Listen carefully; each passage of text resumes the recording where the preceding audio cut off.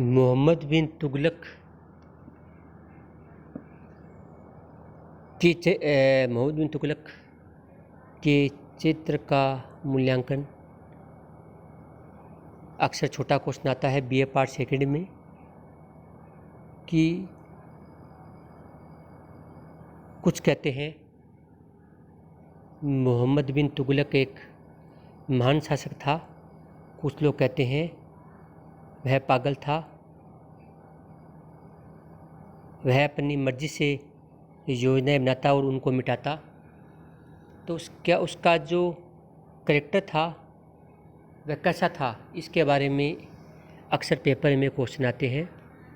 तो मोहम्मद बिन तुगलक के चरित्र में विरोधी तत्व थे। इतना विचित्र सम्मिश्रण था कि इतिहासकार एवं विद्वान लोग उसे ठीक से समझ ही नहीं पाए। वह एक और उदार और दानी शासक था। इब्न बतूता ने लिखा है कि उसके चरित्र की सबसे बड़ी विशेषता थी उसकी दानशीलता और दयालुता थी। मोहम्मद बिन तुगलक के व्यक्तित्व जीवन में सभी इतिहासकारों ने प्रशंसा की है। मोहम्मद बिन तुगलक एक न्यायप्रिय शासक था। न्याय के सम्मुख वह किसी के साथ भेदभाव नहीं करता था, सभी के साथ में एक समान न्याय करता था, जो उसकी प्रमुख विशेषता थी। एक शासक के रूप में मोहम्मद बिन तुगलक असफल रहा।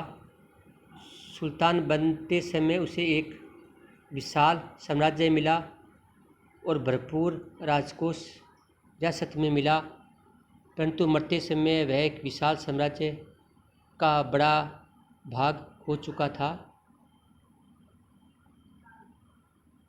तो मोहम्मद बिन तुगलक की जो योजनाएं थी वो समय से बहुत आगे थी, क्योंकि वो आने वाले भविष्य को ध्यान में रखकर अपने सभी योजनाओं को बना रहा था।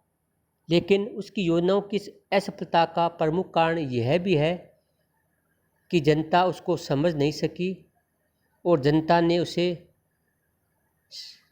उसका साथ नहीं दिया। अगर जनता साथ देती तो मोहम्मद बिन तुगलक की योजनाएं महत्वपूर्ण थी,